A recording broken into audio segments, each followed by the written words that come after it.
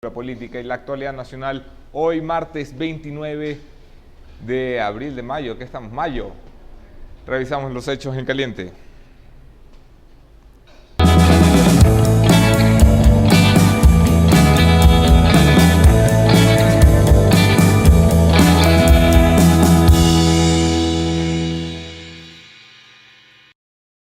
El exsecretario jurídico de la presidencia, Alexis Mera, rindió su versión ante la Comisión de Fiscalización de la Asamblea Nacional en el caso contra Gustavo Yayk y los vocales del Consejo de la Judicatura por el juicio político planteado desde la oposición.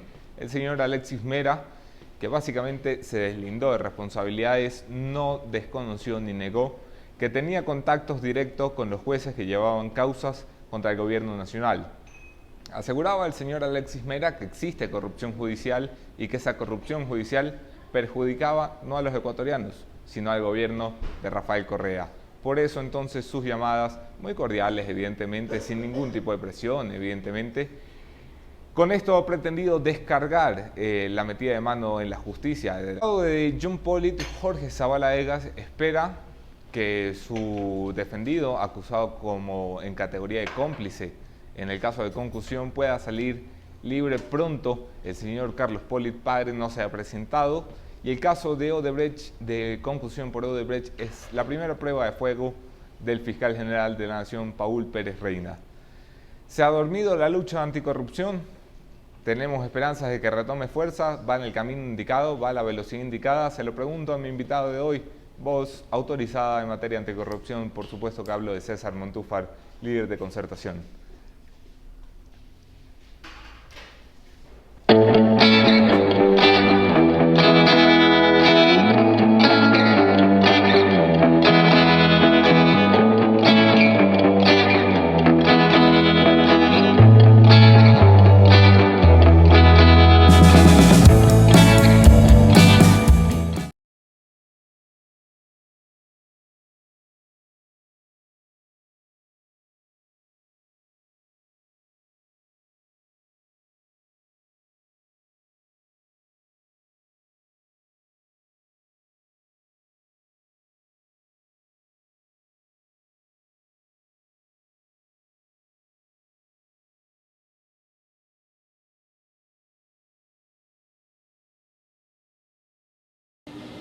Bienvenidos, disculpen, ha tomado más de lo debido solucionar o intentar solucionar los problemas de audio. Estábamos conversando con el doctor Montúfar sobre los casos de corrupción, su destino en la justicia. Disculpa, César. No hay problema, tranquilo. A ver, llegamos a un punto en el que todo está en manos de Fiscalía. Poder impulsar los procesos de delincuencia organizada, poder continuar los procesos que van más allá de la corrupción, como el secuestro de Fernando Balda. ¿Qué tanto esto depende ahora de la presión social y de gente que ha tomado la rienda política de llevar la política ante la justicia, no judicializar la política como dicen otros, que es tu caso? A ver, creo que en este momento hay tres instituciones que son clave. La una es la Fiscalía, sin duda es el centro yo diría, y el espacio en el que va a ser posible el que se lleven adelante estos procesos. En términos de la investigación, hay que entender que estamos hablando de tramas de corrupción muy complejas, extremadamente sofisticadas. Rafael Correa y la estructura criminal, delincuencial que se creó en el Estado ecuatoriano no era ningún tonto, no eran ningunos tontos. Ellos armaron, hasta cierto punto legalizaron la corrupción. Entonces, la investigación es una investigación compleja y la Fiscalía es ahí la institución clave. Pero hay dos instituciones y una tercera que es importante. La primera es la Contraloría. En muchos de los casos todavía falta el que existan informes de procedibilidad, que es uno de los requisitos que estableció el Código Integral Penal y que todavía no hay. Por ejemplo, en los temas de Odebrecht, en los contratos de Odebrecht, esos informes de responsabilidad penal no existen. ¿El Contralor tiene tiempos o plazos para hacer su trabajo? Sí, hay en algunos casos el tema de que ya hubo aquello, es decir, Carlos Pollitt era parte de este esquema, por lo tanto ya produjo esos, entonces hay que revisar muchos de esos informes. La tercera es el Consejo de la Judicatura. porque puede ser que en la Fiscalía se sustancien, se lleven adelante los procesos, se llegue incluso a la fase de instrucción, el fiscal acuse, pero si el sistema de justicia sigue tomado por la vieja estructura correísta que hoy está demostrada, determinó o controló la justicia, poco se puede hacer. Entonces yo diría Fiscalía, Contraloría, Consejo de la Judicatura, y hay una cuarta institución que es muy importante y que también estuvo desactivada en los últimos 10 años, que es la Procuraduría, el abogado del Estado. Si aquí hay alguien, una institución que debió rasgarse las vestiduras por los miles de millones de dólares que el Estado ecuatoriano perdió por esta trama organizada de corrupción, era el procurador. Y el procurador también, miren, el que prefirió renunciar antes de que lo echen. Exactamente. Mi denuncia yo incluyo también por delincuencia organizada, incluyo al procurador, al ex procurador general del Estado, pero si tenemos un procurador, alguien que se ponga la camiseta del Estado y en los procesos defienda los intereses del Estado, me parece a mí que vamos a avanzar también rápidamente y puede ser un gran apoyo a la Fiscalía. Consejo de la Judicatura. Es la única de estas 4 instituciones que no ha tenido un relevo de cabeza. ¿Es necesario un juicio político a Gustavo Yalc? Yo creo que hay suficientes razones, suficientes motivos. Me parece que el control del expresidente de la República, de su exsecretario jurídico sobre Gustavo Yalc y Gustavo Yalc sobre el sistema de justicia era, digamos, el candado principal, o uno de los candados principales, junto al fiscal, junto al contralor, junto al procurador. Son esas 4 instituciones. Yo creo que el Consejo de un juicio político, esperemos que se dé, igualmente está el trabajo de evaluación que está realizando el Consejo de Participación Transitorio. Pero sí, yo diría, de aquí hasta agosto, que es cuando se vence el plazo del Consejo de Participación, tenemos una renovación clara de esas 4 instituciones. Me parece que habría razones para pensar que en adelante la institucionalidad del país va a comenzar a funcionar para desconstituir este esquema de delincuencia organizada. Y eso implica, además, delincuencia organizada estatal. Ese es el esquema, esa es la situación. Estamos en manos del Consejo de Participación. Bueno, creo que en gran medida el Consejo de Participación tiene un papel histórico que cumplir. La Asamblea Nacional también tiene un papel importante que cumplir, importantísimo que cumplir.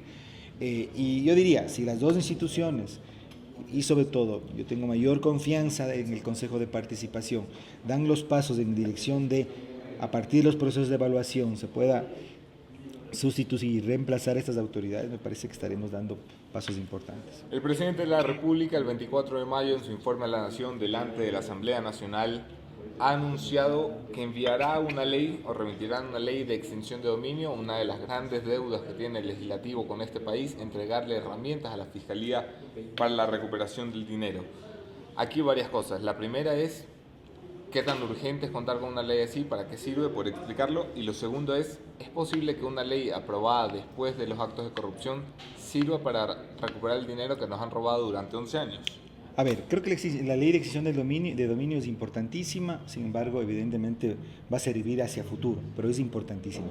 Pero hay una decisión más importante que como que pasa desapercibida, que es la declaratoria de inconstitucionalidad, precisamente de este artículo al que hacíamos referencia, que habla o que exige los informes de procedibilidad de Contraloría.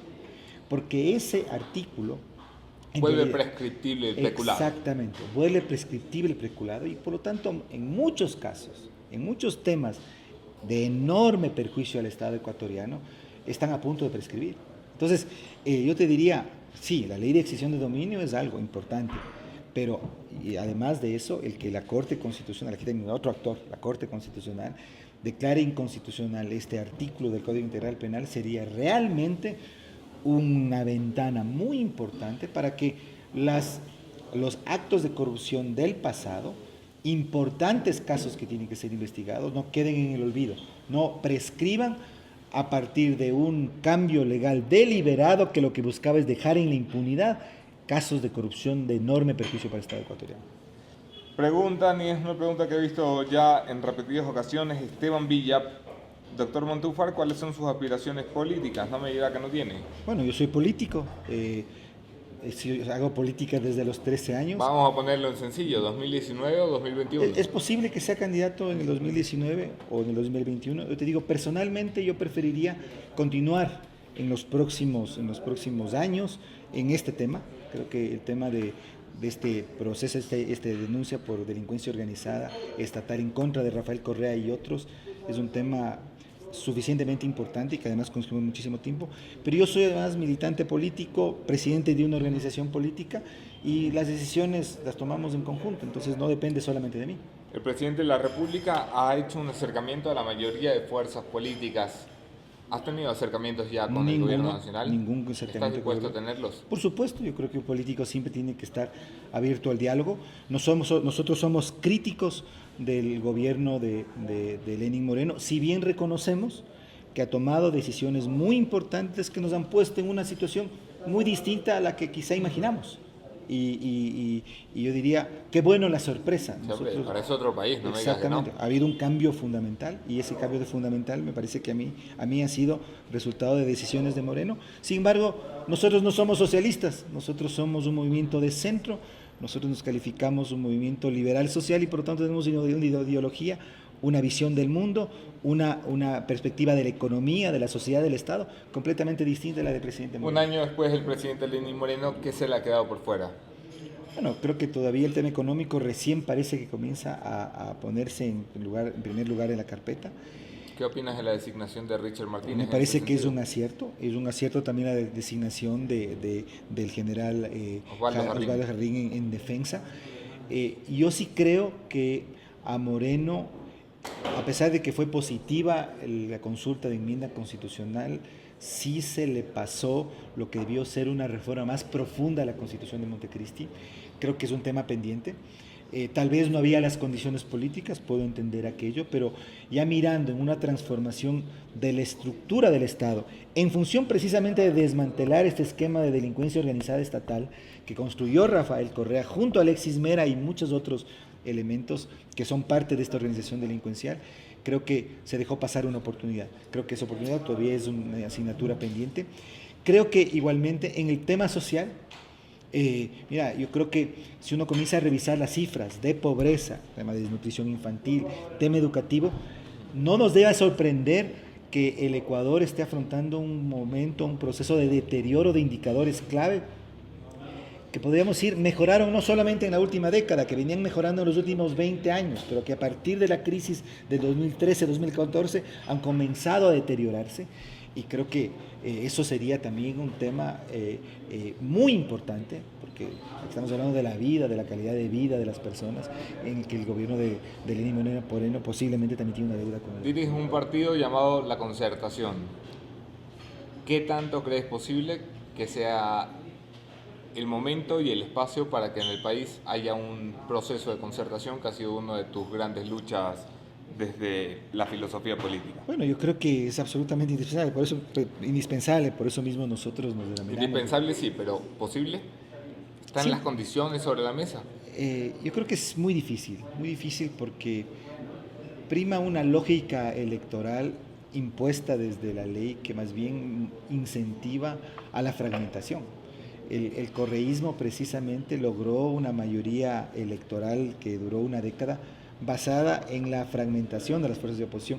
Y eso no era un tema de decisión individual, eran los incentivos que establece el propio sistema electoral. No ha habido una reforma del sistema electoral, por lo tanto, el incentivo a la fragmentación política es mucho mayor que el incentivo a la concertación. Y por eso es que nuestro movimiento le ha tocado transitar en la oposición, además con un sistema electoral contrario a las minorías. Perjudicando a las minorías. Exactamente.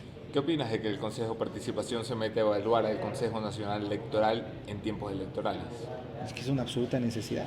Es decir, aunque estemos en tiempos electorales. Además, si no lo hacen, sería incumplir el mandato popular del 4 de febrero. El pueblo ecuatoriano el 4 de febrero le dijo a este Consejo de Participación Transitorio que tenía que evaluar a todas las autoridades que han sido designadas por el Consejo de Participación Ciudadana, y entre esos está el Consejo Nacional Electoral y el contencioso electoral. Yo creo que es una absoluta necesidad de un órgano que era propiedad del Ejecutivo. Evidentemente que no debe ser evaluado y desde mi perspectiva no debería seguir en funciones. Te preguntaba hace unos instantes de la necesidad de aprobar la ley de extinción de dominio. Me gustaría ir un paso más allá retomando la pregunta, ¿qué tan posible es recuperar el dinero? Porque la gente, sobre todo los políticos de oposición, le exigen al gobierno, bueno, ¿cuánto han recuperado? Le exigen a la fiscalía, bueno, ¿cuántos millones han recuperado? Pero tú que ya estás dentro de los procesos judiciales, imaginarás la magnitud de tratar de recuperar 25.000 millones de dólares si es que nos pudiéramos acercar medianamente a la cifra. ¿Es posible recuperar el dinero? Yo creo que sí es posible. Fíjate en el juicio de asociación ilícita. Uno de los temas por los que yo apelé a la sentencia es que en el juicio procesalmente se demostró que hubo 33.5 millones de coimas. De esos 33.5, pero la sentencia, y es el punto por el cual yo apelé, no establece responsabilidad individual. Es decir, fulano de tal recibió tanto, debe devolver tanto. Yo sostengo que debe, por ejemplo, individualizarse, que Jorge Glass tiene que tener una cifra, un monto, que debería ser al menos de $7.050.000. Entonces, en este caso, aunque no existe una ley de extinción de dominio todavía, pero en realidad el juez o el tribunal podría establecer claramente en la sentencia que el señor Glass tiene que devolver ese dinero. ¿Y cómo se recupera ese dinero una vez que hay sentencia? Bueno, yo creo que entonces ahí el problema es que si no se establece eso individualizadamente, el señor Glass Te lo pregunto porque el señor Glass va a salir a decir que tiene $2.000 en su cuenta del banco. Bueno, pero entonces ahí están los instrumentos y la investigación que tiene que seguir, por eso es que es importante la investigación en cohecho, para determinar ese dinero dónde está. Ahí sí va a hacer falta una mayor investigación de la Fiscalía para, incluso con cooperación internacional, haciendo uso de los instrumentos que están vigentes, que del Ecuador es signatario, poder recuperar ese dinero. Mira, hay un caso bien interesante, el caso de Abacha, el general Abacha en Nigeria. Su gobierno fue procesado por delincuencia organizada. Por delincuencia organizada. Es un caso, es un antecedente de lo que nosotros quisiéramos ocurra con Rafael Correa y su gobierno. Y de esa manera se logró que un tribunal suizo lo sentenciara por delincuencia organizada y se devolviera de 130 cuentas que tenía Abacha y su familia, a pesar de que incluso él ya murió, 136 cuentas, se devolvieran aproximadamente $500 millones de cuentas suizas hacia Nigeria. Y además fue una cosa interesante porque en la sentencia se determinó que esos recursos deberían ir destinados a proyectos sociales. Entonces ya incluso un destino, una direccionalidad de esos recursos. Entonces, mira, yo sí creo que es posible y creo que, pero para eso hay que dar pasos. O sea, por ejemplo, en el caso del juicio por delincuencia organizada, tiene que individualizarse el monto de reparación. Porque mira, el señor Glass, usted lo ve muy bien, está, digamos, con un nuevo look, se ha recuperado, está, digamos, parece que está haciendo ejercicio. ¿Te ha sorprendido verlo con pelo a Jorge Glass? Bueno, o sea, yo me alegro porque me parece que ya en lo humano, que una persona pueda estar mejor, o sea, él tiene que pagar por los delitos que cometió, pero aquí no es un problema personal de que tiene que tener, no, creo que yo me alegro que esté bien de salud. Me preocupa, por ejemplo, el que digamos... Disculpa que te interrumpa, ¿tú hablaste con Jorge Glass el día que fue la audiencia? Nunca he hablado con él. ¿Nunca en todo el proceso has cruzado una palabra con él? Ni siquiera hemos cruzado mirada, sí, porque hay una suerte de evidente... No, te lo preguntaba por si habías notado que era un doble, porque es una de las teorías de conspiración que ha salido. Que dicen que le ha pagado a un doble para que se ponga en su lugar de ganar. No sé, eso sí no puedo. Son teorías que me ha mostrado Luis Eduardo Vivanco, que vive estas vainas. O sea, pero digamos, lo que sí puedo decir es que, por ejemplo, a ver, él tiene cerca de 50 años. En 6 años va a estar libre si se le siguen los otros procesos. Es decir, tiene un hombre joven que puede toda la vida salir a disfrutar el dinero mal habido. Entonces, se le tiene que individualizar aquello. Eso significa que en el futuro, digamos, él tendrá que hacer muchas piruetas, ¿no es cierto?, para poder, digamos, simular todo el dinero que claramente se ha demostrado que recibió, porque aquí no es que estamos especulando, o sea, recibió, o sea, el señor Rivera no es que era recibido por José Concienciao porque era un buen ciudadano que pasaba por la calle. Él ha recibido y recibió recursos en efectivo porque era el tío de Jorge Glass e iba a nombre de Jorge Glass. Eso está comprobado. Si el señor Rivera no le entregó a Jorge Glass esos recursos durante 5 años que duró esta asociación ilícita, pues hay un tema... problema de ellos. Es un problema de ellos, pero él tiene que devolver esos recursos del Estado ecuatoriano. César Montúfar, qué gusto haber conversado Muchas contigo, gracias, Anderson. aunque hubiéramos tenido una pequeña y molestosa interrupción. No te preocupes. Gracias a ustedes también por conectarse a la señal de La Posta. Gracias, César. Nos veremos aquí mañana con otro tema, otro entrevistado, mismo entrevistador. Soy Anderson Boscán desde Sweden Coffee de la Plaza Foch.